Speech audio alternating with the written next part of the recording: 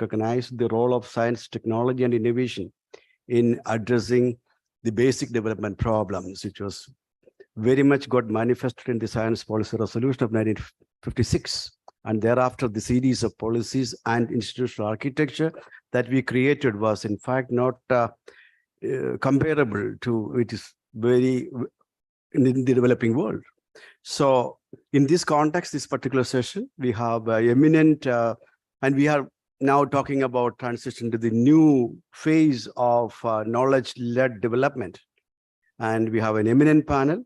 We have Professor Saji Gobinath, the Vice Chancellor of the Digital University of Kerala. I must say that just few days ago, 2 days ago, he was given the Management Leadership Award by the Trivandrum Management Association.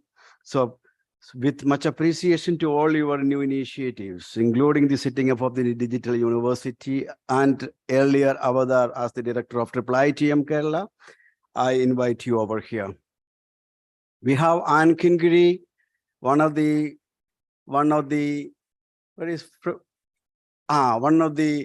Globelics Scientific Board members, and also the powerhouse behind Africalics, which is trying to make Africa, in the true sense, Africa the first.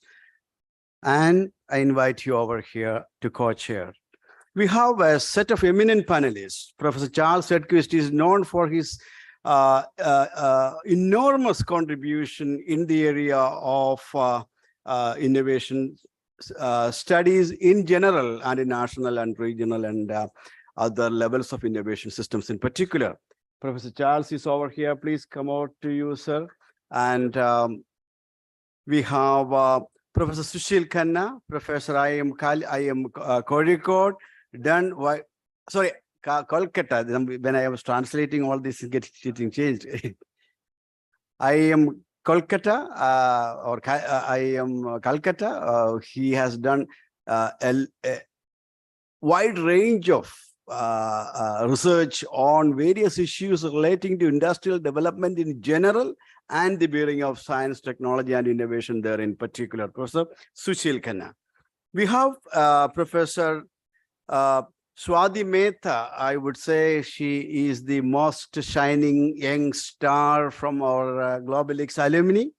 Yesterday you have seen the number of books she is bringing out. So I think she is very familiar to all of you. I'm not going to venture into introducing her further. Swati, you are welcome. And we have Professor K.P. Sudhir. He is the Executive Director of the Kerala Science, Technology and Technology Council. He's also an engineer, also a professor from IIT Chennai, a very much acclaimed civil engineer by profession. And I welcome Professor Sudhir to this. P.V. Unnikrishnan, where is Professor P.V. Unnikrishnan? On the way, okay. Yeah, important people, and he's too busy. That doesn't mean he is also the member secretary of Kerala State Science Technology, KDISC, Kerala Development Strategic Innovation Council. You know that after STIP 2013, that Science Technology Innovation Policy of 2013 envisaged the establishment of regional innovation councils across the country. Now, I think the paradigm and approach changed. Now, only state where such, I understand, if I correctly, our minister said that this is the only state came up with an explicit science and technology budget. And this is the only state where we have a regional innovation council. Of course, we have provided some development and strategic dimension to that. And the member secretary of that, Sri Unnikrishnan, is going to join you. And Dinesh Kumar abroad, in fact, I would call him my guru. In fact, I used to discuss with him when I was a PhD scholar. I think you cannot locate a more passionate scholar concerned about the manner in which science and technology could be used for development problems. Formerly with INISTARS, later with ISID, now with the JNU. He has contributed incredibly to a wide range of issues. And Professor Dinesh abroad, with much appreciation, lot of respect, I always call you Guruji with with that, in the true sense of the term, you are my guru. I welcome you over here. Now we have Aradhana Agarwal. Aradhana Agarwal has done a wide range of studies, and you must also note that she was instrumental in preparing Kerala's Vision 2030 during 15, I suppose. Yeah, and she has done a lot of research on India's research and development, particularly, she has got eminent co-authors like Nagesh Kumar, Siddharthan, and she is now the professor at the Copenhagen Business School. Her work on export processing is much well known. So, welcome to the dais as an important panelist. No, second row. Okay, Rasmus Lemma. Is Rasmus Lemma? I think I would say he is actually a product of Globelics, I must say. And he has grown along with the Globelics, I would say. And he has got many different avatars. No, second row. No. I know, please keep it here. Okay, yeah. Just there is no space to shift, but there's no need of second row. One row. Somebody should have put it in a round. Yeah, okay. Who are the session organizers here? Okay, now Rasmus is currently with UNU Intech. Formerly, he was with Aalborg University, and current focus of his research is on low carbon innovation, and he is also the editor-in-chief of Innovation and Development, which I have the privilege of being the founding editor-in-chief. And he is actually, I understood after he took over, I should have had another editor-in-chief many, many years ago. He's a very smart young guy. Welcome to you. And though he looks old, but he's very young, I must say. Thank you. Okay, now, sorry, I have taken more time than what I thought. And now I would like invite Professor Saji Govinath to chair and conduct the proceeding.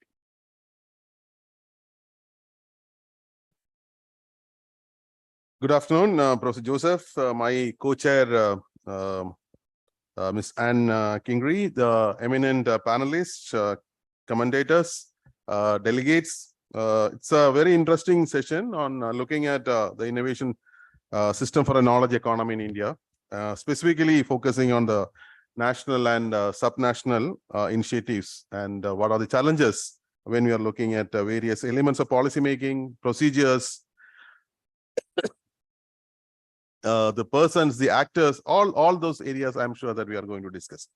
As we know that India perhaps has got one of the most complex innovation systems, given the wide variety of disparity happening in the country with respect to the income disparities, the educational changes, the amount of R&D intensity which is happening. So within all these variabilities, over the last several years, we have seen that our innovation ecosystem is consistently being ranked better across the period.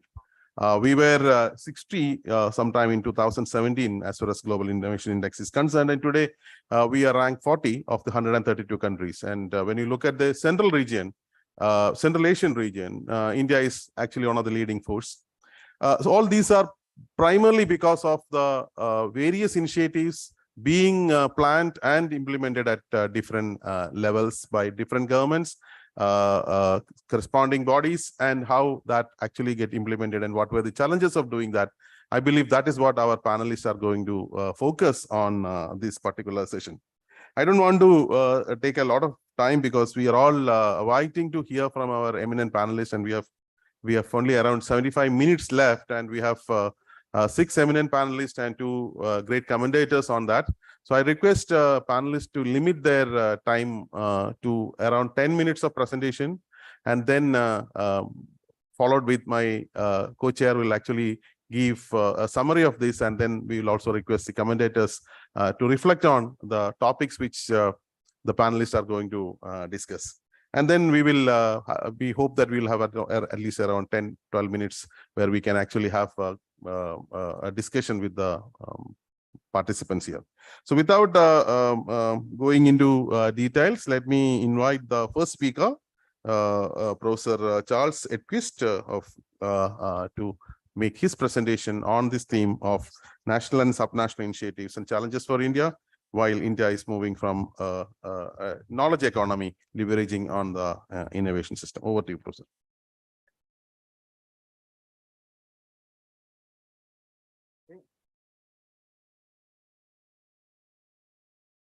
Can you show that picture?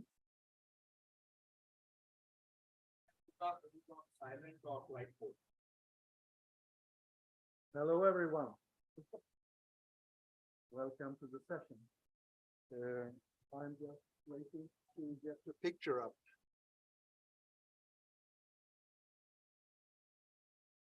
Which is hopefully happening right now.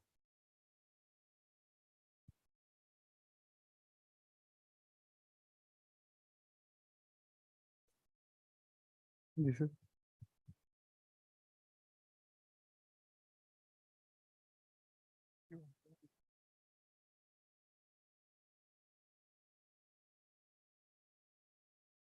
oh, but you showed it before.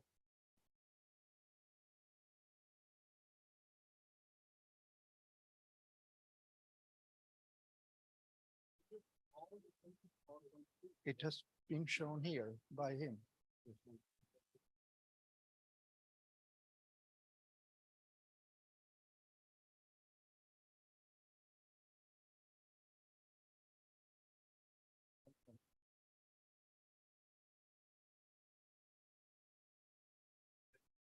I'm sorry that this takes time. Yes.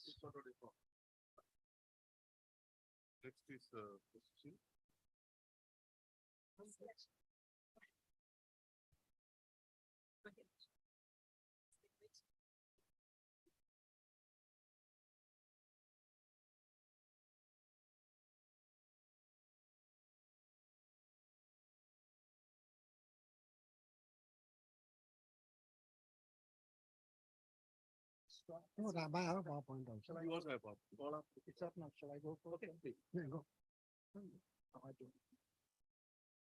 Okay, sorry.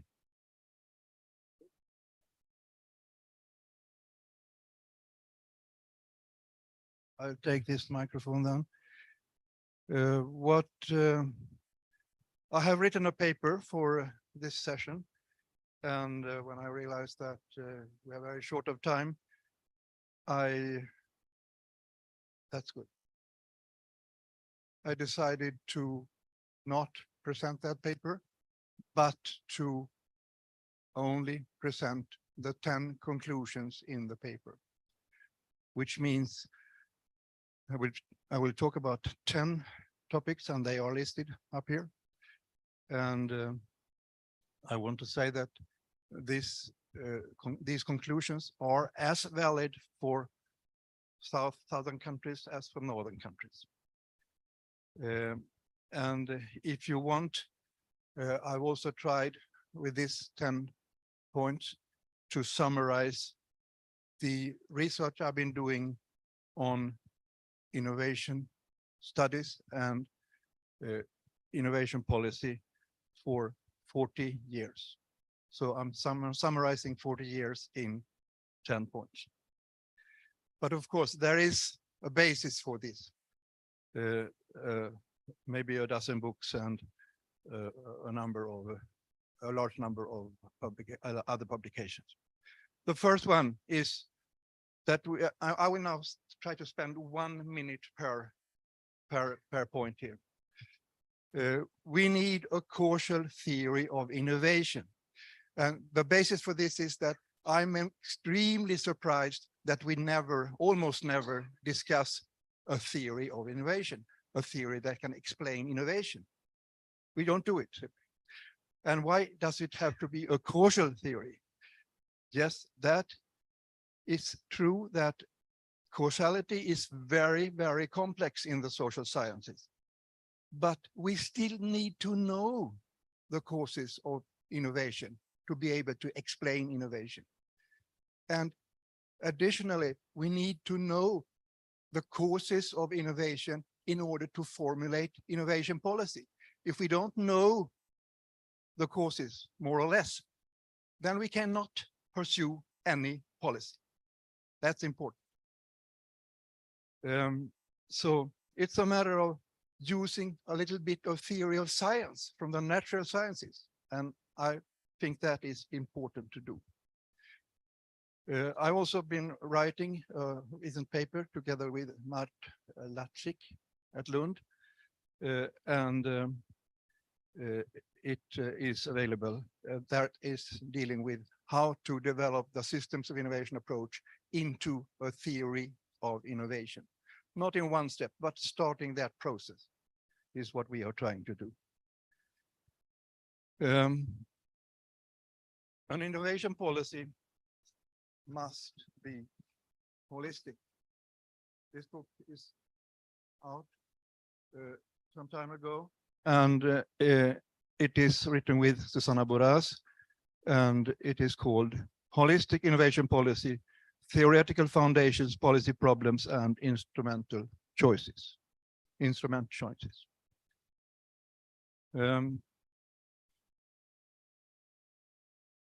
Why do we have to include all potential determinants or causes? Because why should we neglect or reject some if we don't know if they are important? We should therefore try to go for a list of all innovation policy instruments, and that makes the whole thing holistic. And of course, this also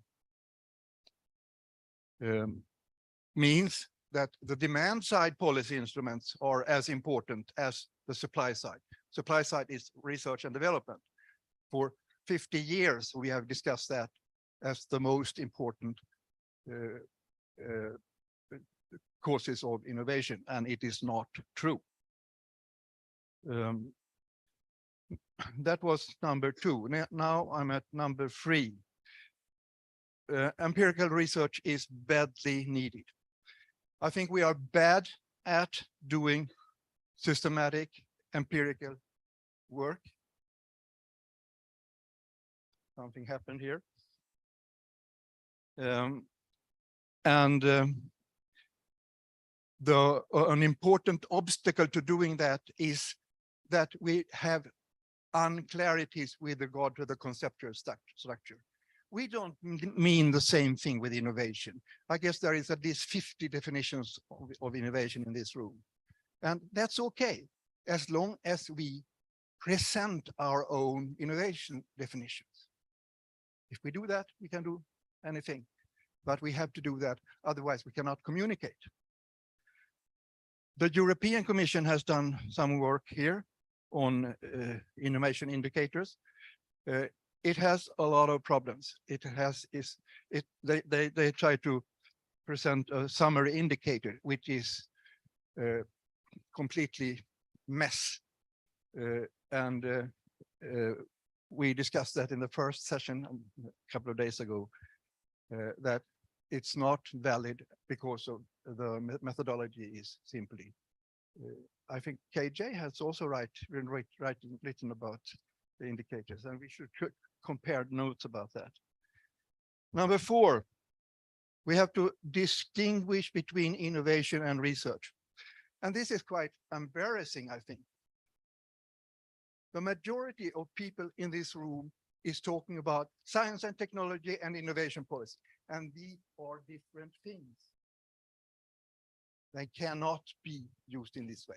Policymakers mainly in 99% of the countries on Earth is talking about science, technology, and innovation.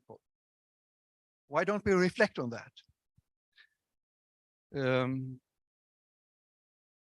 Number 5. I should also say that the fact that we talk about science, technology, and innovation policies is the same thing as cementing the linear model. That research is the start and it leads to all other things. Number 5. There are, of course, different roles for markets and government and states. And the traditional way of dealing with this is to talk about market failure. And they, from the beginning, around 1960s, with Dick Nelson and others, they had a theoretical based market failure theory. And it doesn't work these days, not for innovation at least. For these things that they talk about are not innovations, they talk about research.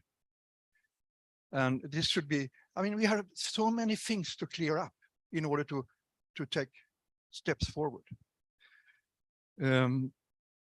I proposing in the material that I'm not presenting because I can't in this time. I talk about innovation policy problems, and they have to be identified empirically. Therefore, the empirical work is so important. And now I want to change the picture. And it worked. Thank you. Number 6, policy problems and additionality. I propose in a lot of my work to have 2 conditions or criteria for when there should be public intervention.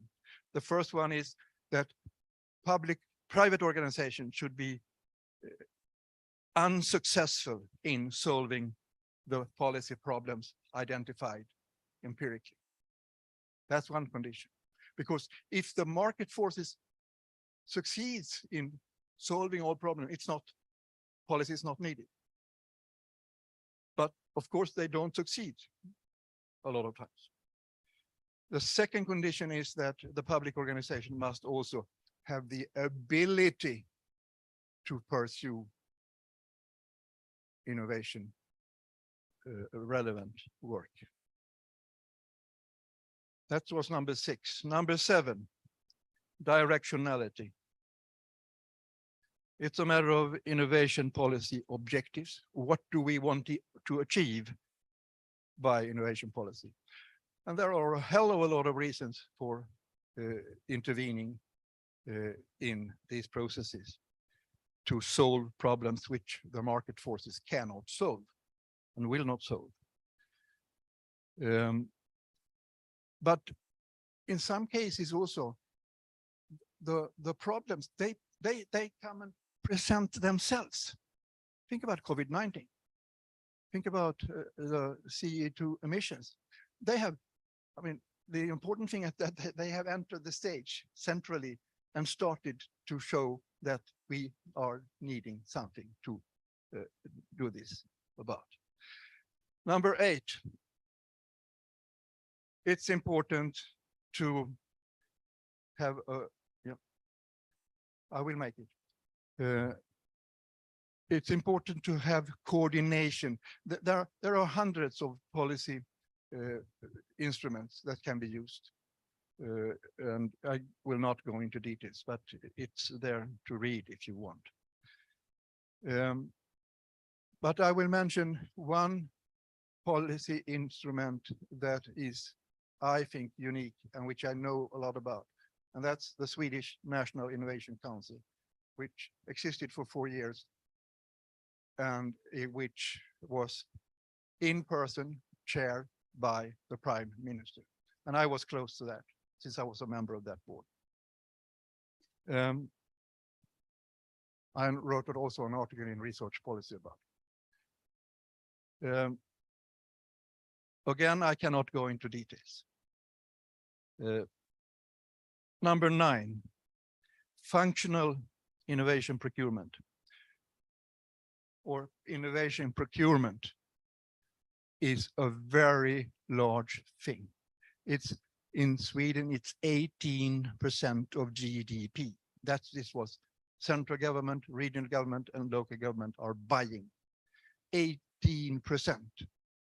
That's not little. And in many other countries, it's also very large. In Peru, it's 8%, for example, and there are numbers now, and we are producing more and more numbers. And what is specific about this is when the public agencies, when they want to buy things, they often just describe a product.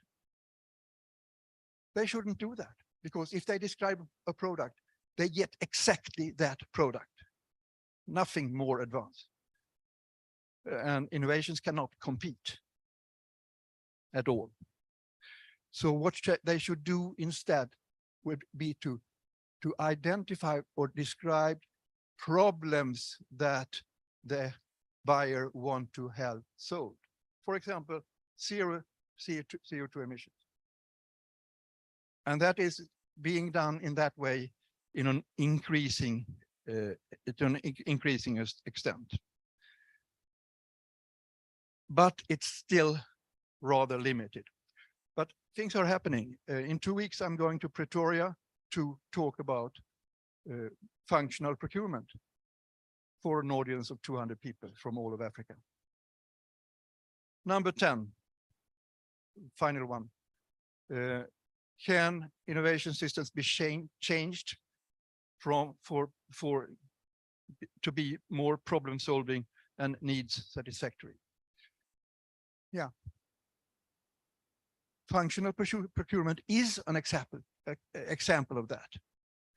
And it works, and it will continue to grow. So there is hope for this. Means that the objectives is more in the direction of needs satisfaction and problem solving. So this kind of functional procurement is being done, but there is a large potential to continue doing that. And this concludes my presentation of 10 conclusions from my own work. Thank you.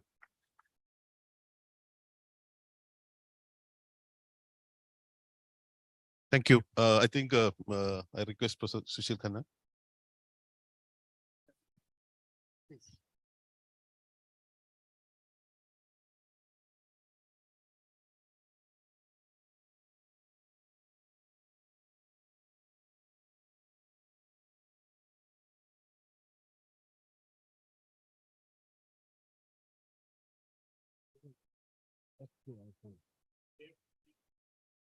I'm telling you all, yeah. I asked you, I came early.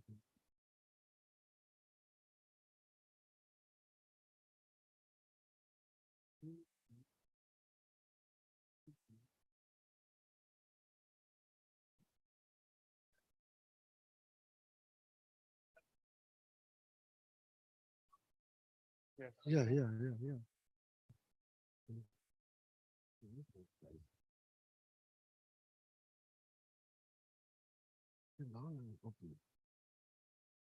Good afternoon. In a way, I'm an upstart here. This is my first Globelics conference. I'm invited by Joseph, to whom I'm very grateful. And though I did my earlier work, I live in Calcutta. I taught economics at the Indian Institute of Management. I'm very far from Delhi, and I'm very grateful for that. I never speak on behalf of India, government, or G20. Let me assure you of that. So I have long, since the days of my doctoral work on technology in the petrochemical industry, technology transfer and all those things, I have read Nelson and Freeman, and I've had some discomfort with the frameworks, and that is what I intend to share with you today. Okay. After Gabriel's talk yesterday, I went back to the 95 paper, which Chris has written and presented for us. Yeah. Just go to the next page. Yeah. So they emphasize the influence of the national education system, industrial relations, technical, scientific institutions, policies, cultural traditions, and so on and so forth. You're all familiar with it. Okay. And they miss out what I think is a main actor in this whole global game of innovation, technology, and control, the large modern capitalist firm. Let me, what is this here? Okay, remove that. And keep it away. Yeah. Okay. Come on, yaar, help me.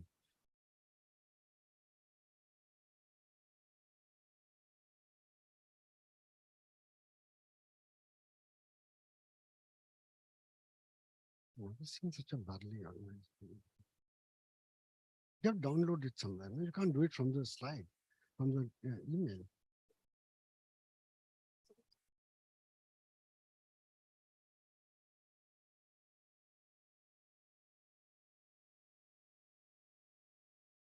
I'm wasting the time.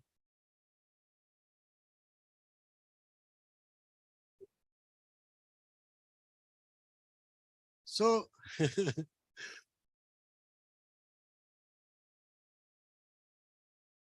next. Yeah. So Freeman in this article is approvingly quoting Johnson's about in R&D in Germany, dye stuff industry, that realized that he could be, I'm quoting him, profitably put to business of research for new products and development and chemical processes on regular and systematic basis, on a professional basis. And even today, he argues in that paper, Hext, Bayer, and BSF have continued to strengthen this tradition down to the present day. And I can't believe that Freeman is not aware of what the German chemical firms did. They combined to form the very famous IG Farben, which was Hitler's chemical company, which ran the gas chambers in the Auschwitz, which was tried in the Nuremberg trials. So,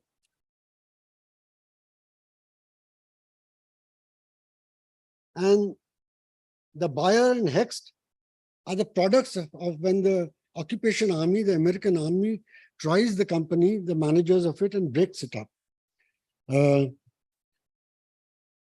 we look at this whole question of science and technology and company-led research? Because 95% of the patents in the world are controlled by large firms, okay? And the 95% of payments flow to the developed countries. And it's not very fashionable to say I'm an old-style Marxist, so I'm citing somebody else, David Nobel, America by Design. And he says 20th century first saw the rise of science-based industries in America and then Europe as the first science-based industries. The electrical and chemical industries set the pattern of production and management for modern industry as a whole. In these industries, the systematic production of science as a means of production, I suppose, in turn reinforces the industrial monopoly. This monopoly meant control not simply over markets and product plants and equipment, but of science itself. Initially, the monopoly over science took the form of patent control, that is control over the products of scientific technology. Then they became the control over the process of scientific production itself by means of organizing and regulating industrial research. And finally, it came to include the institution necessary for the production of both scientific knowledge and knowledgeable people. An integration of these institutions within the corporate system of science and industries. Okay. And this is a perspective I bring, that the global innovation, the technology which moves the world today is driven by these companies. Okay. If for the young scholars, this is a book you must read, America by Design. Of course, he has something very interesting to say about the women also. The world without women the world of science, how it eliminated women from there. For the feminists, that would be an interesting thing to read. So the knowledge-based industries today would put to shame. Ma'am, I've just started. All these things are not working. I won't take very long. Okay. The monopolies of yesteryears, even IG Farben wouldn't be thing. Right now, neither General Electric or DuPont or ICI or Farben could match the power and reach of the digital monopolies. Right now, there's a trial for Google on. Are you following the trial, is any of you? They have been paying $15 billion to Apple, another monopoly, to kill Safari, the other browser. They have been paying $9 billion every year to kill the other one. So this is the world, and they are the most innovative companies. They are the ones who are leading us to it. Can we seriously discuss a national innovative system without taking account the reach and challenge of these organizations? Of course, there's alternatives. Otherwise, I wouldn't stand here. We wouldn't be participating. Kerala wouldn't have its own plan of science and technology and development and all that. There are, of course, national science laboratories, and Dinesh is more competent than me to talk about. And there are other solutions. Often, some of them I've crossed out here. One is public-private partnership. I've seen whether it's foreign partners or Indian partners, they eat up the public part of it.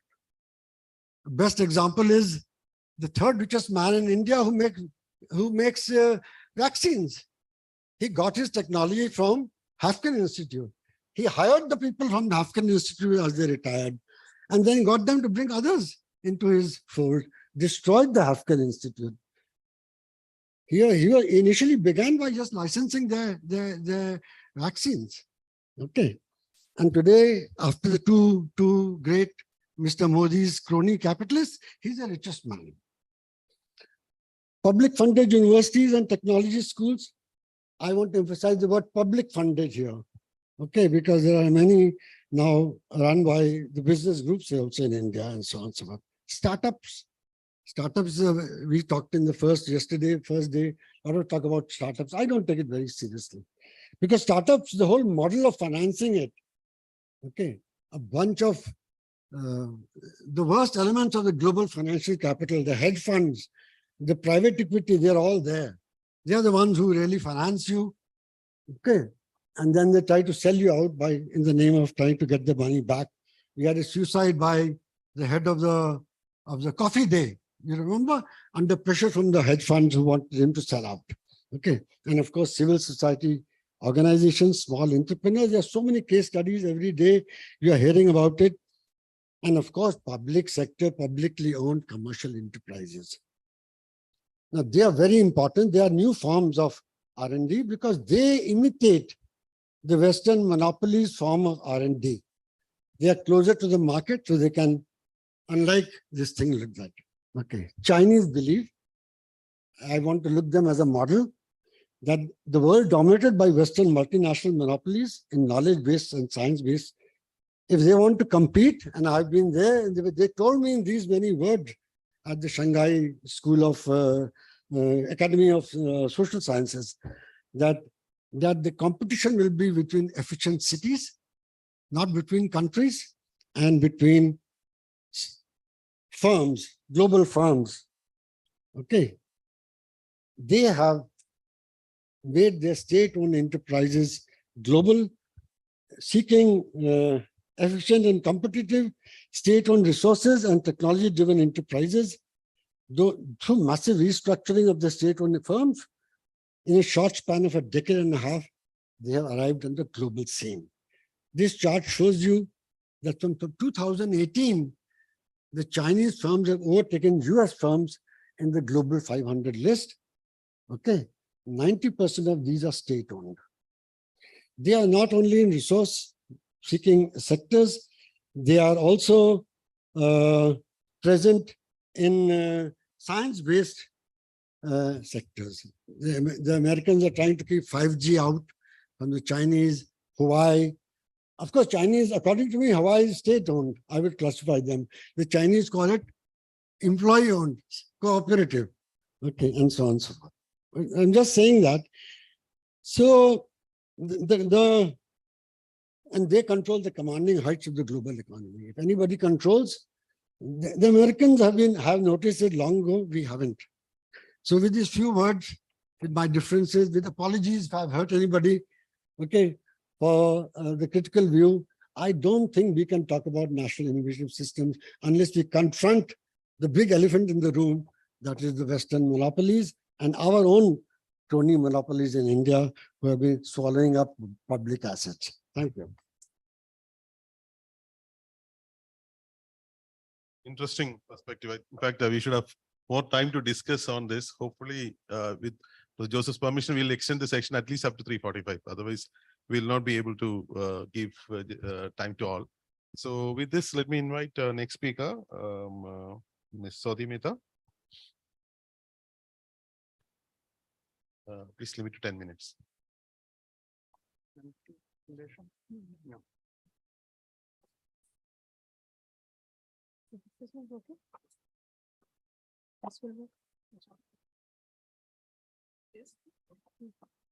work. Thank you, Chair, and my co-chair. And at the onset, I would like to thank the Globelics for giving us this platform, and especially Professor K.J. Joseph and Professor Rasmus Lima for giving me this opportunity to be here with you all this afternoon.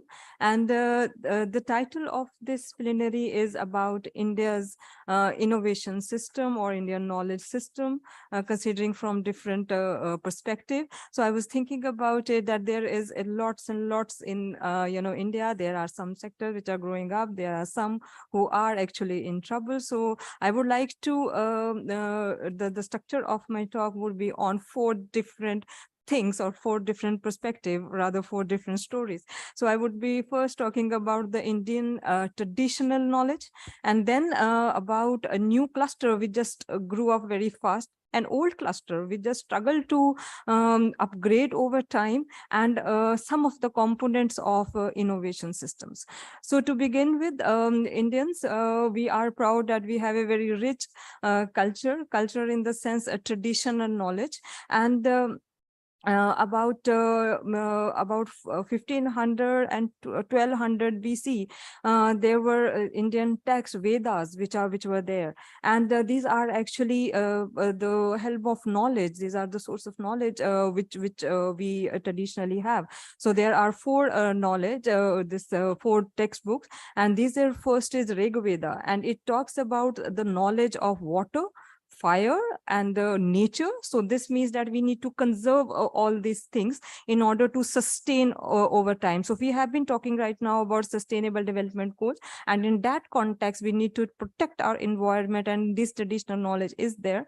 And one more thing, yoga is also we have been taught about this, and we have been celebrating this yoga day on 21st June each year since 2015. And it's not about only stretching, it's about balancing the mind and your body for longevity. So these are very important. The other textbook is Samveda, and it is about the music. So even, just imagine yourself just walking near the seashore, and the voice of the sea touching the shores and going back. So that also produces music. So that thing which is more calmful, and that sort of knowledge is there in Samveda.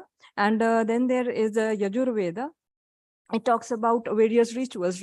Actually, it talks about the way of life from morning till night, how we have to actually conduct ourselves, and to eat and things. So that is there. And the next is Atharva Veda, and that is about the medicinal knowledge, and that knowledge concludes the surgical things also, medicinal things also, and there are lots and lots of good things which is in great detail. I can't be just speaking about those. So these are actually, the coming to the broad framework of innovation system and how this knowledge used to transfer. It transferred through stuti tap. We used to hear it, and that is a meditation we used to do. That is nothing but learning. So learning is informal learning. In our homes we used to learn, and on the other hand, if we just learn it as such, so it becomes smriti. We just try to memorize it.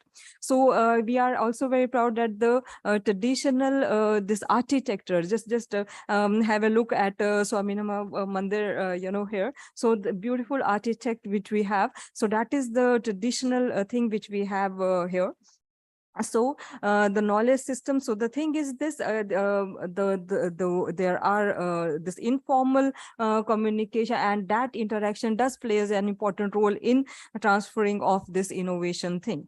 So now this is the first part. Now I'll be going to another story about the Indian system, and that too just coming down after, say, independence, and we are actually talking about certain sectors. So the second point which I would be talking about, the Indian this IT sector. So again, under the framework of broader innovation system approach, so we could see that over time Indian IT sector has grown. There is a paper which we have done, I have done with Professor Bhaskaran, he is here, and it was published in Institution and Economics, and actually it talks about that how this progress has been done. So this is a new sector, it has grown over time, and that too because of the interaction of various actors, organization, and institutions. So there are certain hubs which has come up, and it's Bangalore, Noida, and certain parts of India. So Indian evolution, again, it has happened because of, again, a window of opportunity which is got by the foreigner multinational. They established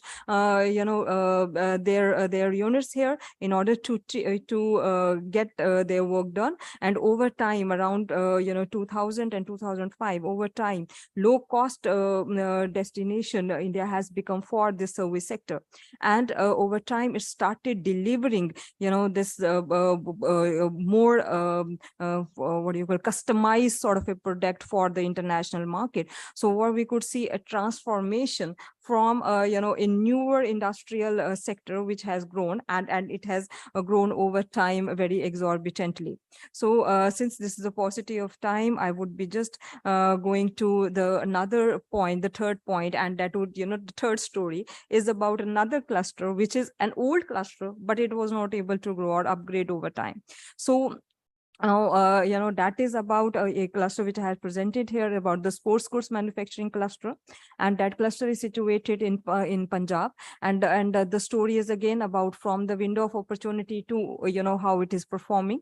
So the country was under control of Britishers at that time. So the Englishman, he just asked a local trader that, can you imitate the production of the bats here? So it was actually being done, and other also artisans also come up, and they also started producing sort of goods. And what happened over time, the clusters took shape, and there was a transformation. But again, this is the labor intensive sector, it was not able to grow. There are missing links between, say, different firms, amongst firms, and the educational institutions and the policies which are making. So there are some mismatch. So this is the third thing which I would want to very briefly try to tell you here. So coming to the fourth point, and the fourth point is about the components of innovation. So these are four different things I'm talking about. So the fourth important thing is that for the aggregated level, at the national level, as this national innovation system concerned, and in that there are, it's very difficult to actually capture in say numbers, but again there are some indicators which has been developed, and in that context, there are at the same time there are some plannings which is done in the initial year. So India, after independence, it started with some 5-year. Yeah, I'm very fast. So India has been it started with some planning thing, and over time the science and technology department was set up, and it becomes the nodal agency for the implementation of science and technology in India. And apart from that, many organizations did come up, like DRDO, and India is now moving towards making this indigenously, many try to develop the defense manufacturing sector indigenously. And again, there are some important sector like Department of Science. We have known the success story of Chandrayaan, in the recent past. So, and also Indian Council of Medical Research, as Professor has rightly said, pharma, we have been actually doing, a lot in that. So in terms of the other component which comes up, the education system. So over time, the education system in terms of universities, it has grown, massively.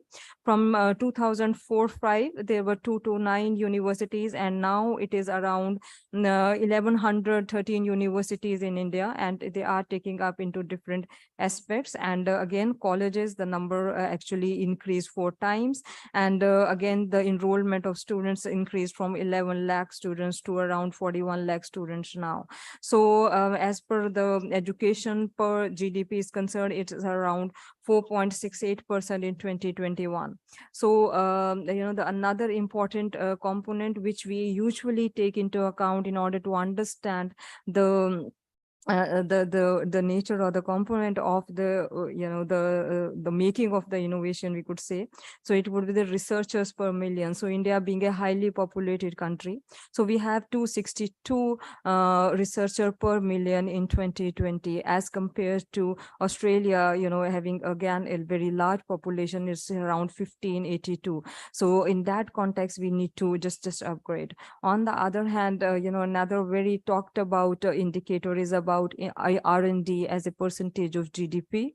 So India is less than 1%, and it's need lots of improvement in that, 0.6%, and China, Finland, and David touching 3%.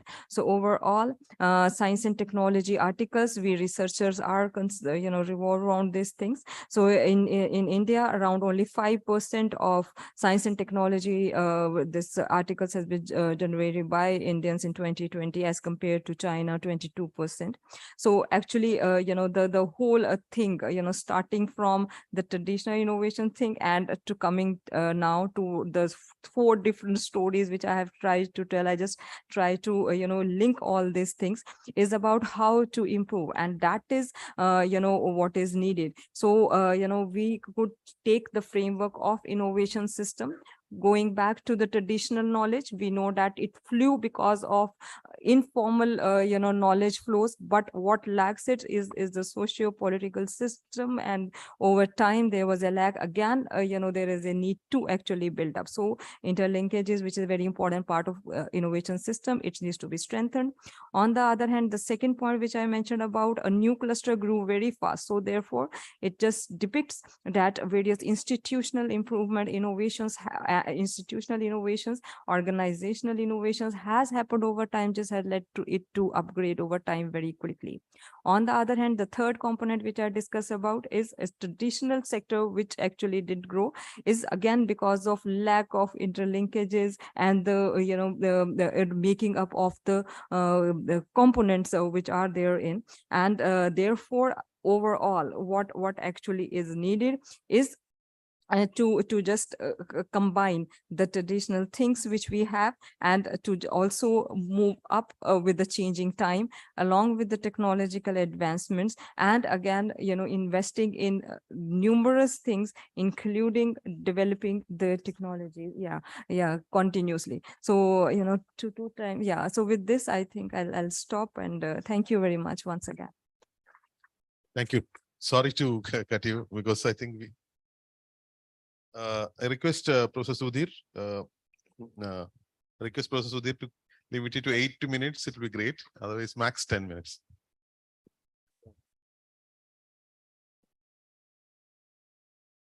Good evening, everyone.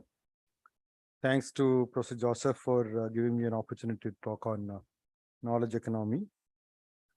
Well, I'm not going to give you any introduction. Why knowledge economy is mooted as the major theme for Government of Kerala. I'll start with that. One is it's an educational hub. We have around 15 universities in Kerala state, 20 centrally funded institutions, 9 exclusive R&D centers established by Government of Kerala, close to 200 engineering colleges, and several arts and science colleges. So obviously, we are producing a lot of graduates, undergraduates, and PhD scholars, and it has become a kind of knowledge hub. Second is the human capital. Kerala places a strong emphasis on skill development and education, resulting in highly skilled and knowledgeable workforce. The state's human capital is a significant driver for its knowledge-based industries. The third point is information technology and IT-enabled services in Kerala. I don't need to elaborate on that. I think several speakers have already talked about it. We also have a good startup ecosystem. With, I think Kerala is nurturing a growing startup ecosystem with various government initiatives, incubators, and accelerators supporting the growth of innovative technological startups. This has resulted in a diverse range of innovative companies emerging in the state. Needless to say, the ecosystem for the R&D, Kerala has numerous research and development institutions, including the Indian Space Research Organization and the Vikram Sarabhai Space Center, which has been instrumental in the field of space research. Though it's not owned by the government of Kerala, but it's a national initiative for that. Healthcare and biotechnology is another sector in which Kerala is giving a lot of emphasis. The state has invested in healthcare and biotechnology sectors with the establishment of biotechnology park and an emerging bioinformatics sector. And tourism and culture. Kerala's rich cultural heritage and natural beauty also contribute to the knowledge economy by attracting tourists and artists from around the world. Finally, the sustainable development which the state is planning for. The state is increasingly focusing on the sustainable development, including organic farming, renewable energy, and eco-friendly practices, which are integral to its knowledge economy. So Kerala's knowledge economy has played a pivotal role in elevating the state's overall development and creating a conducive environment for intellectual growth as innovation. From the development perspective, innovation is basically the process of generation and the use of knowledge facilitated by the interactive learning among different sectors in the innovation system.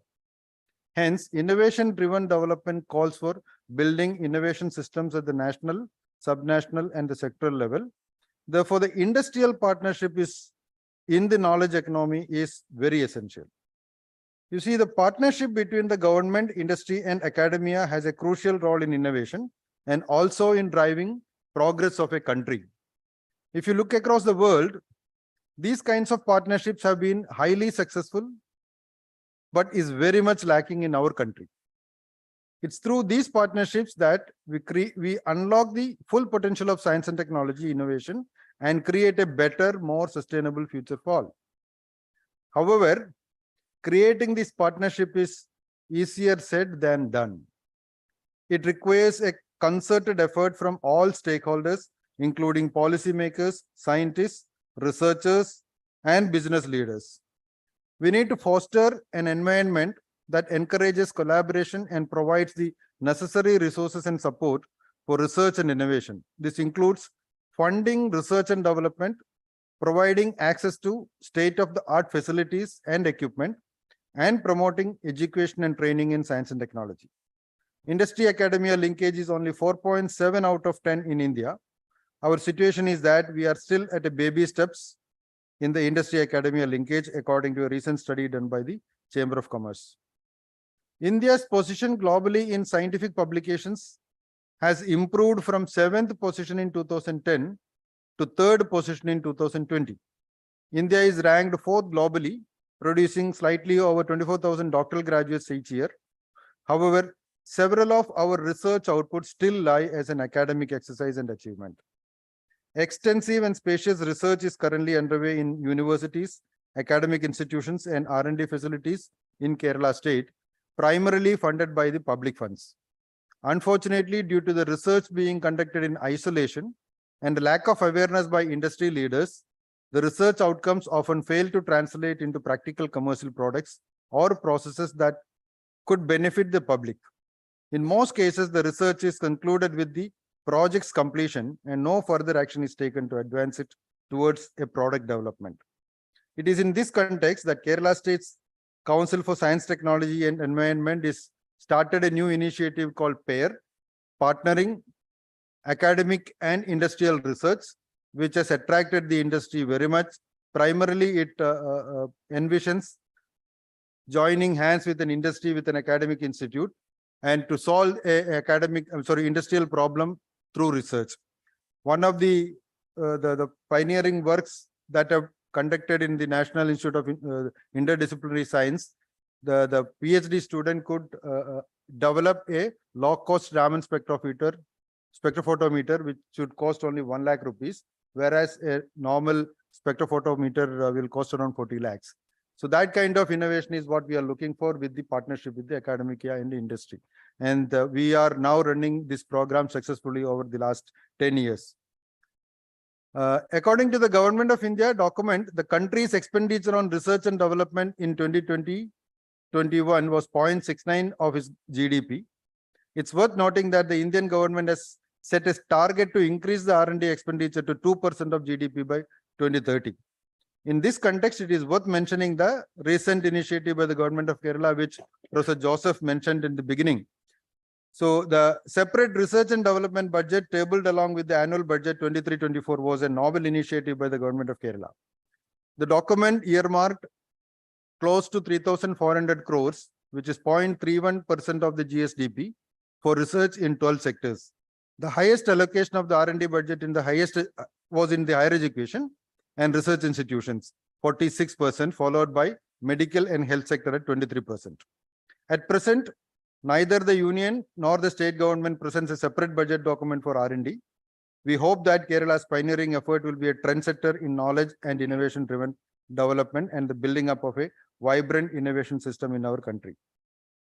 Translational research centers are being established in 10 universities to develop solutions and services to various problems that key to developing a new Kerala. Government have planned to establish 4 science parks, which are envisioned to attract international and national institutions and industries to collaborate with the scientists and faculty of the state.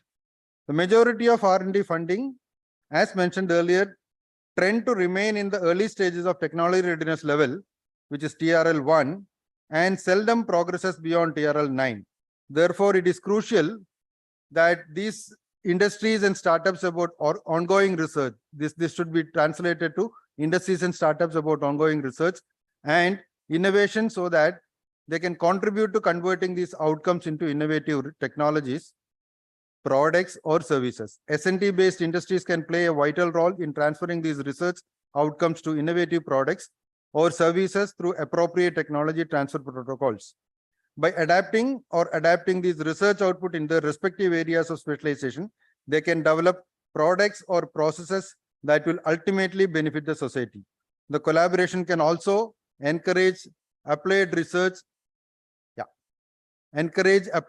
required by industries and lead to industry-funded research. Therefore, the objective should be to establish a platform to bring together research institutions, agencies, industries, government, and government-supported departments, and other stakeholders to establish a proper linkage between academy, R&D, and institutions in science and technology, ultimately resulting in successful translation of research activities. Thank you.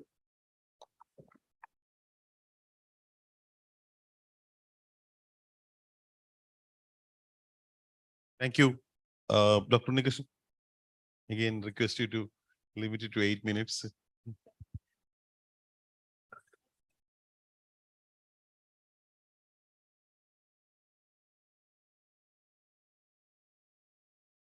I'm in a very interesting thought process. When we started off with KDISC as an outfit of innovation promotion in the state, I requested Dr. Abraham, who was the chairman of the Innovation Council at that time, about the possibility of, mooted the idea of the possibility of coming up with an innovation policy. Then he said, no policy, let us start practicing, and then we think of a policy later. In fact, it was the only item in the manifesto of the government of Kerala, the previous government, which was not completed by KDISC. All the other items which we had been assigned, we had completed.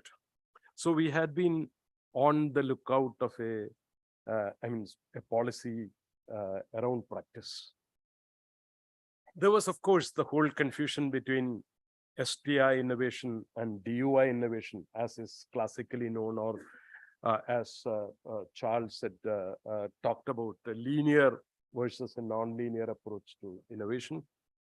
So what Professor Sudhir had been talking about is primarily around the linear approach to the innovation. And in Kerala, there'd been quite a lot of effort around DUI. And so we had, by and large, the startup ecosystem, I don't know whether Saji would agree, R&D driven startups are fairly less. And so primarily it is the DUI driven innovation, which is in the innovation in the startup ecosystem also. So I try to address this problem from, interestingly, I was just going through the findings of Charles' research, where he had identified that functional procurement, problem solving, and needs satisfaction could be very important components of the innovation policy. In fact, this was sort of the thing that we had put into our process primarily when we started doing this. And I had been working basically based on the bottom-up science and technology exercises which have been initiated by Kerala Shastra Sahitya Parishad, with which I was associated right from my childhood, and some of the translation engineering work initiated by that movement at Integrated Rural Technology Center during the 5-6 years where I was associated. There, basically, the primary positions was number 1, human-centered, number 2, need-based, and number 3, functionality designed around this was the sort of motto which the Kerala Shastra Sahitya Parishad had been advocating. Of course, underlying things, what Dr. Sushil had talked about, the social system, the conflicts of the market, and also the conflicts with the state, all these things were underlying. But this was a sort of pragmatic process which the KSSP, as a part of its own initiative of building up smokeless chulas in the 80s, the propagating the appropriate technology of housing, which Laurie Baker and others have devised, and improving that and propagating that, looking at watershed management, in connection with people like Dinesh, who had been part of our national network. So a variety of such translation efforts had been initiated, and it was around this that we had started with our innovation initiatives. So it was in this context when we started off with the Young Innovation Program, where we mooted the whole program of democratization of innovation, where we tried to look at building up capabilities among students, starting with what Dr. Sudhir had been indicating. One of the major issues is that we have got quite a lot of institutions, but the contribution that they are making to the local economy, to the whole process, is very limited, because there is a definite disconnect between those institutions and the society around and the needs of people. So we had been trying to address this, and so we took up this program called Young Innovators Program, which was primarily mobilizing students to look at innovation as an instrument for solving real life problems. And we declared that our objective is real life problem solving. And again, I drew out the human-centered, design approach, and of course, borrowed the Stanford IDEO model of design thinking. Thanks to Saji. Saji was, as a part of the startup mission, helping us with building the Young Innovation Program. And around that, we tried to work out a sort of a process whereby we could guide the students into looking into deeper into the needs of the people and the needs of the society, and try to look at the stakeholders around, and in a human-centered design framework, how to address some of the problems and then look at innovation. Of course, the number of patents that we could bring out, the number of, enterprises that we could bring out had been very limited. We had been working for the last 4 years. But of course, we have been able to pass on the experience of the innovation cycle to the students as a part of this process. And that is what we declared as the objective of the program, and we have been able to do that. And along with that, of course, we have now patents have started coming. Now enterprises have started coming, social enterprises, and students are getting also into research activities. Around the argument with Dr. Abraham when he said that let us not get into a policy paper and then go for our action plan, was one of the reasons was that he said that the National Innovation Council also doesn't have an innovation policy. It is around the STI 2.0 that they have worked. So let us also not work out something, but we will try to practice and then build around that. So we built up two important things. One was around MSMEs. MSME is one segment where, we had been able to make quite a lot of progress where, applied sciences and technology had been put to actual practice. And C. Balagopal's great book on Below the Radar talks about 150 odd MSMEs which have been able to use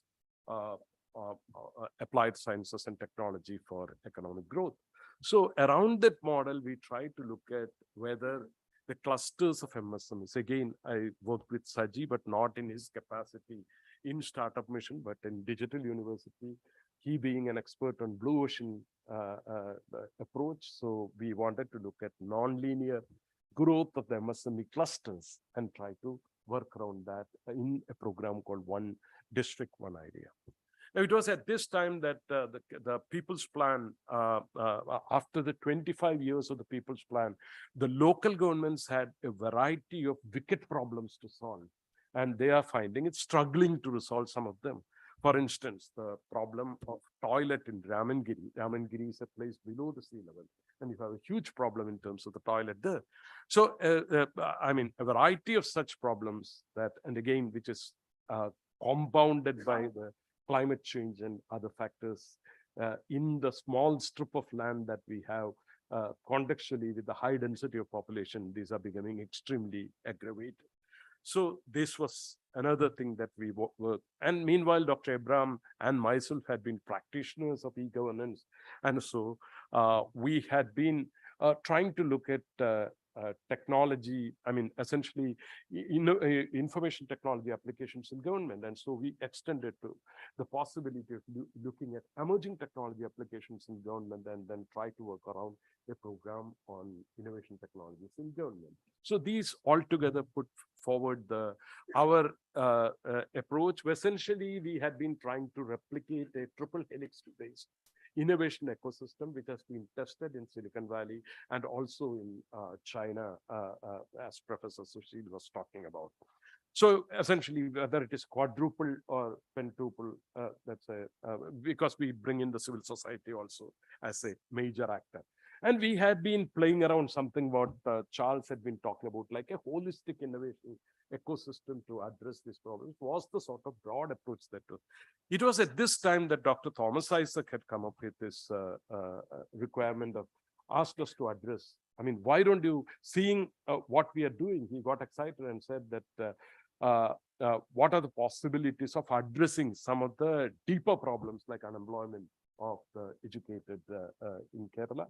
It was in this context that we discussed and mooted a proposal of transition to the knowledge society. It was completely contextual because Kerala, there is a problem that our economic structure is a low productivity, low value addition system, and this has to transition to a high productivity, high value addition system. And as Dr. Sudhir indicated, there's quite a lot of human capital around and a lot of possibilities around, even though we had very little central investment, we had infrastructure deficit, and a variety of such issues are there. And there is we have tried to build around a model of equitable and sustainable development. So is it possible for us to address some of the challenges of Kerala society by taking out a model of holistic innovation moving towards a knowledge society was the pitch that he had put. And we had discussed and debated, and we also have identified a number of center of excellences and knowledge industry areas. Graphene, Saji himself had brought up. We have looked at KGDC, Kerala Genome Data Center, as a very important investment. We have in the back of our mind the questions that Professor Sushil had been raising. And also it's all state-driven. We have huge restrictions in terms of the resources at our disposal. And we have huge challenges in terms of that. And also the issues that the international capital is raising. These are all practical issues that we are facing. But we are hopeful that we'll be able to make a transition. Thank you. Thank you. The last speaker, Professor Dinesh.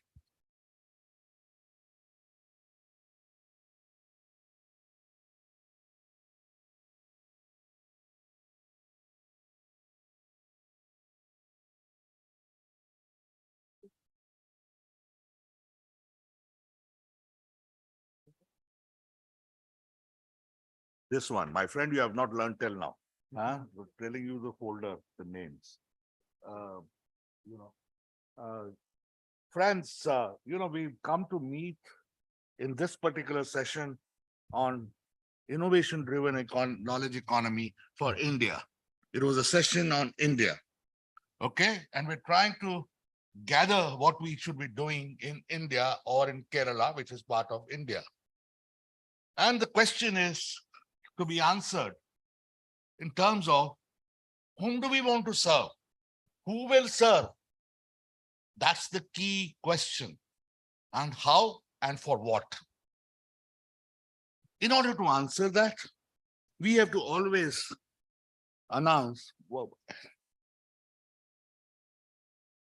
where are we first? What are our conditions today? And only if we, after assessing that, we can start. I'm just quoting, sometimes Niti Yog also does good work.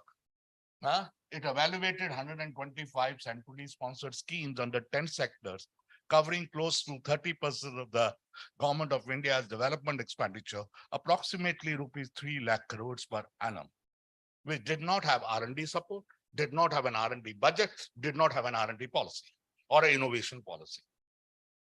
Next slide, please. Yeah. Because I cannot do justice to the details of all these blurbs that I put out there. It requires more time, and nobody can make a revolution in 8 minutes. Okay, remember that. Number two, the innovative labor that we are talking of is working for whom in India? Is not working for national needs. It is innovative labor of ours is the largest extractive site of the world for global capital. What is the data? What is the evidence? The total number of professionals working in India on research, development, and engineering services is 5.25 lakhs. Swati was giving a data, which is one of the lowest figure in the BRICS countries. How many researchers we have? How have we come to the situation? I don't have time to analyze that, but I can tell you. Estimates suggest that out of them, close to 40% of them are working for the US companies day and night, sitting in Bangalore, in Noida, in Gurugram, and Hyderabad. That's where we are. Currently, this structure is the driver of our all science, technology, engineering, management, commerce institutions. All our students run to them. Some run to California. Earlier, there used to be only Air India. Now they have Lufthansa as well as American Air to go. And now they run to Bangalore, Noida to serve them from here. This is the knowledge economy is bereft of this knowledge economy. This 37–40% people who are the brightest people of ours. They're bereft of the linkages with the system of local production by design, because they're supposed to serve the US company and not the national economy. That's why our development expenditure does not have the support. This is our initial condition at the moment. This is very different from what we were in the 80s. We were told, you do not, this is linear pipeline model. No, it was not. Our model was transformative innovation policy. We do not know the history correctly. because the history has come from outside and our history has been ignored because we do not read our own people. Number two, foreign R&D centers employed in India, 196,000 largest number, 2 times of China, 3 times of UK. The employment and grew in India at a higher rate between 2018 and 2019. 6%, there was only 4% growth in foreign employment as a whole and 4% growth for foreign R&D expenditure. Cheap labor we are providing to the US companies.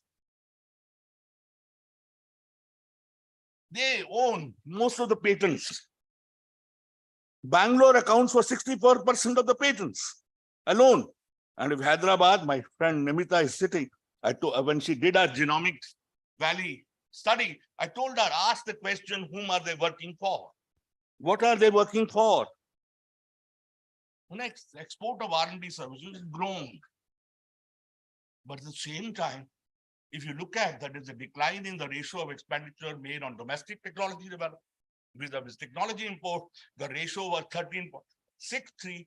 It is 2.18 in 2000, meaning lesser developmental expenditure on the domestic side. And we are making more and more, paying more and more royalties and payments. Next slide, please. You know, drain is taking place, not only internal brain drain, there's also an economic drain. And miners going, Baird, DuPont, BASF, just now my friend Sushil brought them out. They are responsible for it. I've just now done a study on the Canal Panipat area. They are also responsible for many other toxic challenges that they're posing to us. Monsanto. What are they doing? See the expenditure going up 2000 onwards. That's the reform that you needed. That's what you asked for. And that's what the trouble is. Globelics must look into these things. We have now a new delusion. What is the delusion? Production linked incentive scheme for low value addition, but it is dependent industrialization. 2.3 lakh crore budget allocated to PLI. But what is the budget allocated to NRF, the National Research Foundation? 75% is going to come from Bill Melinda Gates and Wellcome Trust. And 25% only, which is over 5 years, 25,000 crore, less than that, or a figure which is small, very, very small. And that foreign foundations money is going to drive all our R&D. And I do not have time to even go through the PLI because I want to cooperate with Saji. If you look at policy makers are willing to abandon technological self-reliance. How much? Let's see. ICR, the Indian Council of Agriculture Research, which we say did a miracle, created a green revolution. Who is it going to depend upon? Amazon. For extension to the farmers, to the peasants of India. Do they even, Amazon can only do a delivery work? Do they even understand Indian agriculture? No. But this is what we are handing over to them. This is the initial condition at the moment we are friends, wake up. Next one, we are doing joint research with Bayer for what? On the direct seeded rice, which is supposed to be saving water for us. And what they want to sell? Their weedicides, herbicides, because the weeds grow. Because the paddy transplantation, which was done in water, was inside a weedicide. And the labor used to be there. Now they want to use less water. They will use not labor. They want to use weedicides, herbicides, which are very, very toxic themselves. So this is what Bayer will push, and that's what is pushing. That's their research program. China did not grow on the basis of global integrated R&D. If I tell you how much control Bill Gates already has over Indian agriculture, 65% of the Indian people live on agriculture and our rural economy. If you look at Bill Gates is seeking to control the directions of entire Indian agriculture through NRF grants, health policy included. We can't give nutrition, food to people, we'll give fortified rice. This is the kind of direction that which takes place. The Gates Foundation program is tracking every cattle. Plans to vaccinate every cattle. It has some of the products which it wants to sell, meaning they're working for certain companies and corporate capital. Today, we don't work through the state capacity. We work through whom? Can you name it? Consultants.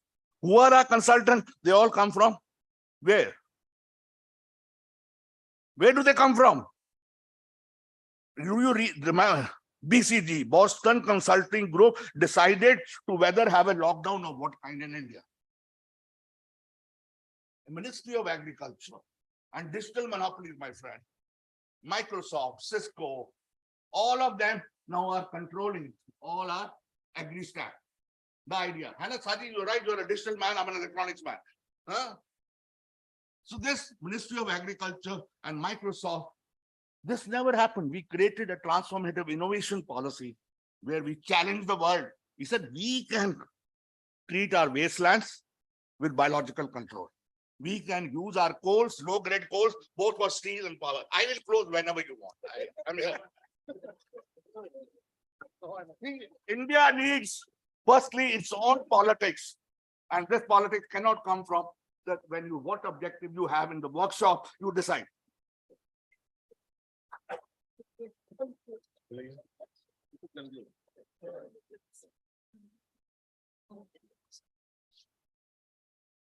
In fact, it's interesting. And as I said, each of these sessions requires quite a bit of discussions beyond that. I know.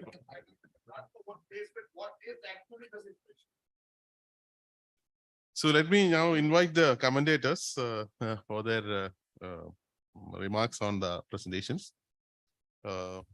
Aradhana.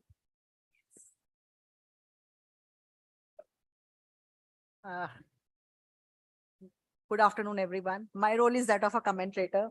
And as a commentator, I think it's a very difficult role in the sense that India is a paradoxical country. It's full of paradoxes. If you look at our innovation index, global innovation index, you can say that India is doing very well. It has jumped from 60th place to 40th place and doing so well in these parameters or that parameters. Then you have various officials who come and they say that. And then, I mean, we have these stories that, you know, there are so many missions that have been started. We have so much success in the space program.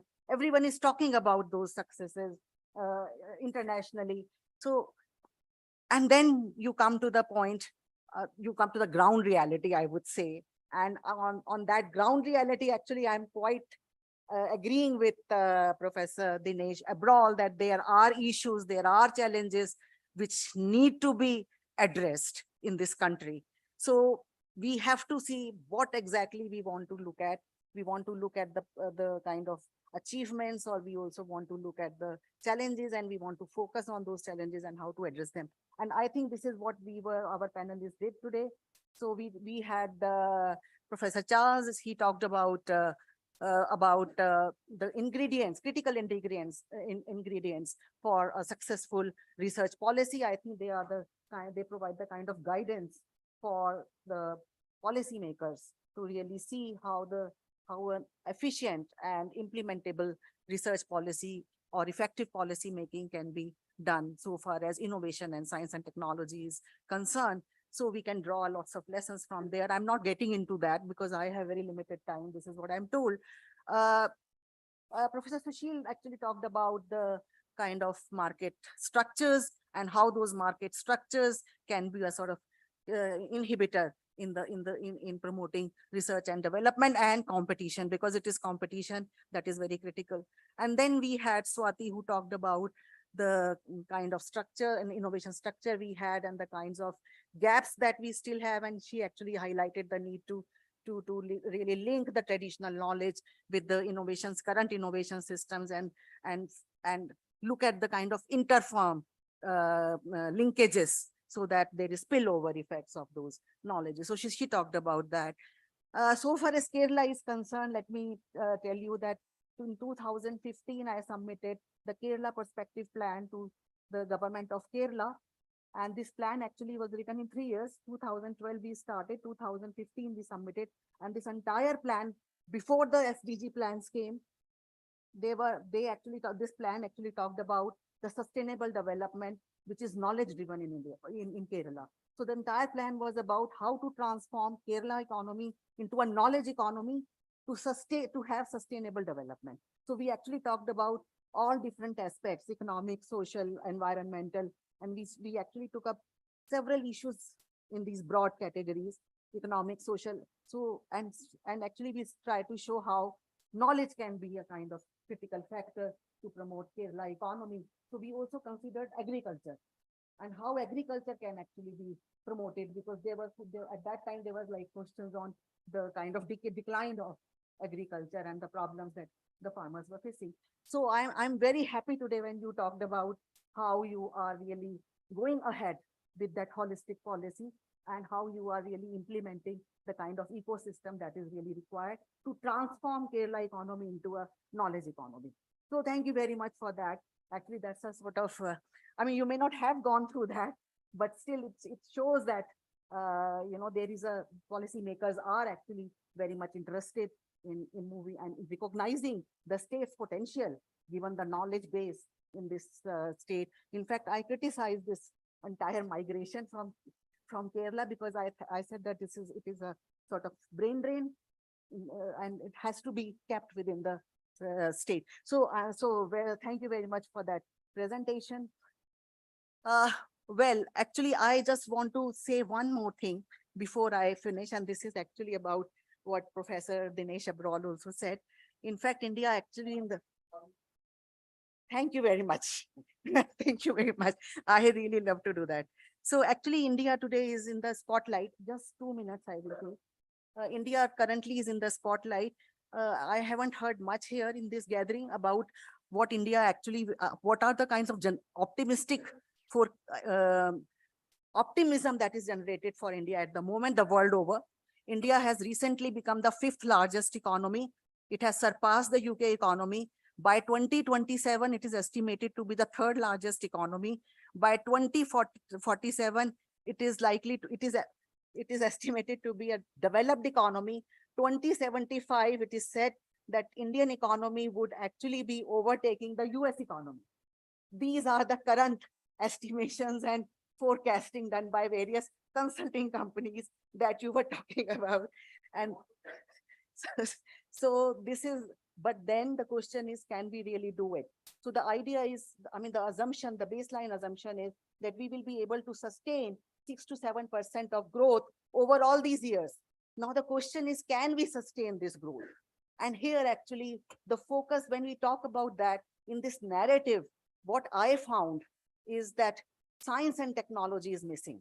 I'm recently working on this idea, and I found that much of the emphasis is on population growth, population dividend. But where is population dividend coming from?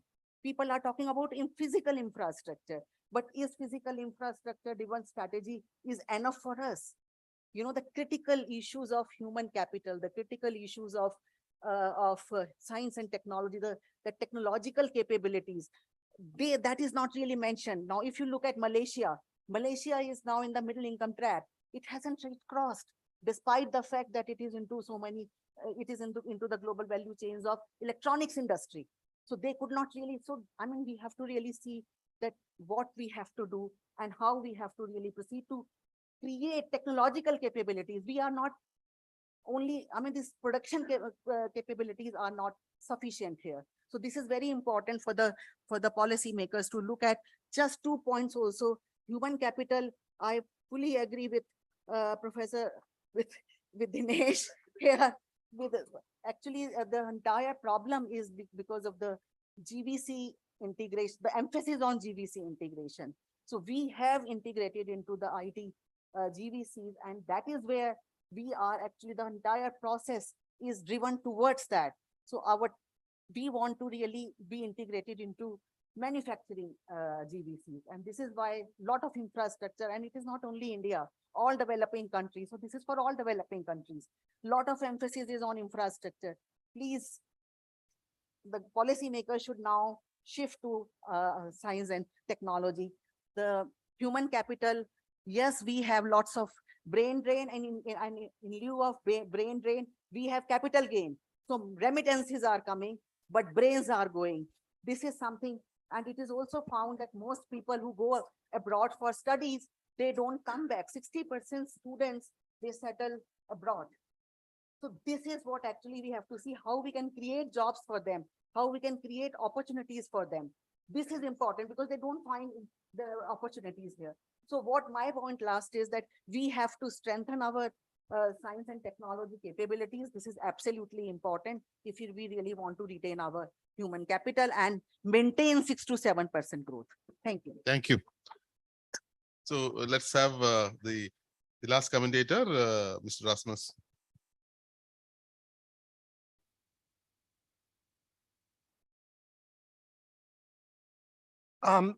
Thank you very much, and thank you for inviting me to speak in this session. I think we've had a very, very rich session, heard lots of interesting perspectives, and I think, one of the main reasons for locating the conference here in Kerala this year was really to hear about many of these things that we have heard about today, about the knowledge-based strategy of the Kerala state, interesting initiatives from KDISC and very innovative ways of dealing with an innovation program, I have to say. So I learned really a lot from this session. But I will be very, very brief. I'll be brief for two reasons. First, I'm not an expert on the Indian economy. I'm not Indian. And second, there's a car waiting for me outside. It has been waiting now for 10 minutes, and it's going to take me to the beach a bit further upstate. So I better be quick. So what I will say is not so much about what I have heard, but a few things what I have not heard. And this is, of course, not a criticism. Some of these things are difficult questions, but I think, given the time, it has to be something we will take up in the next conference, I guess, but something that I think is interesting and useful for the conversation.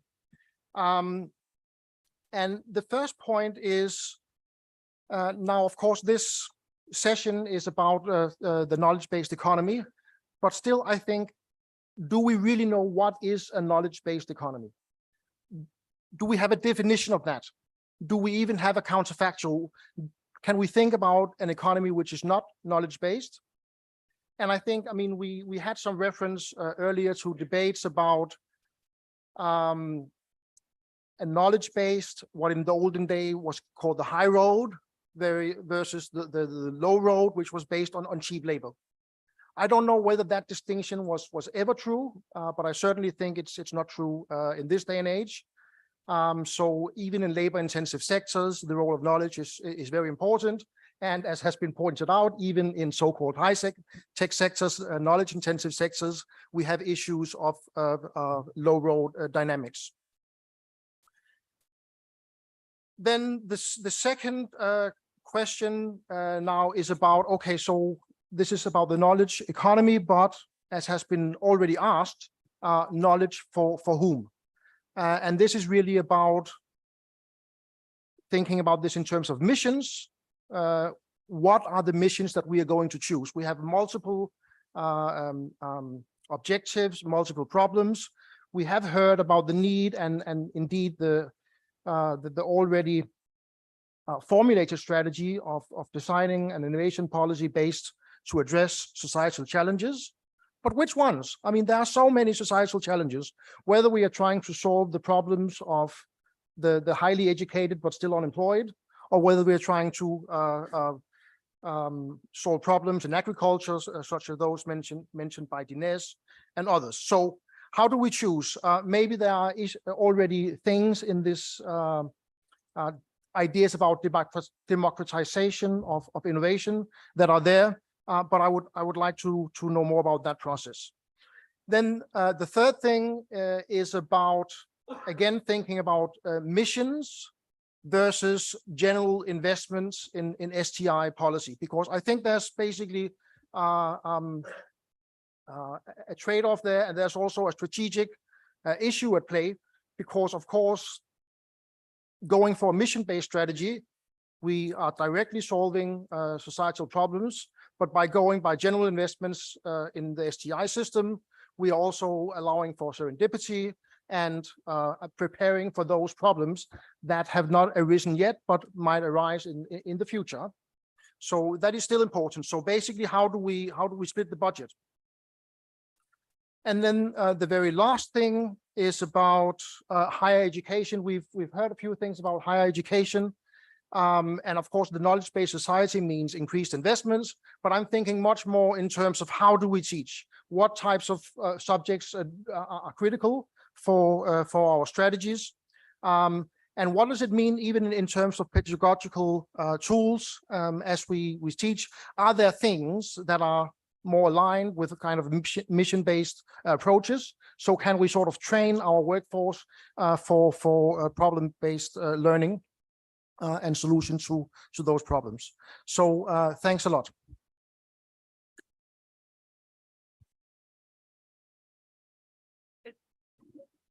Thank you. Thank you so much. Thank you so much for being patient. We are supposed to have concluded, but thank you for being patient. So I don't have anything else to do, but I would want to join me to appreciate our panelists, all of them. I think we've had a wonderful session. We've learned a lot. For those of us who are not from India, we've learned so much from what has been discussed here. It's really a prize to all, catching up. I'm using Kunrin's concept, catching up economies. We've learned a lot we can take away with us today. So join me in applauding our panelists, all of them, for an excellent job. Our commentators, both of them, very passionate about this topic. Join me in applauding them as well. And of course, our able chair here for taking time to be with us. Let's applaud him as well. And of course, yourself for being very, very patient. Can you clap for yourself? Great. So I would want to pass on the mic to KJ to just, we must hear his voice, because we are done with the session. KJ. Okay, thank you so much. Thank you. So KJ, over to you, and thank you so much for being patient. Thank you. No problem.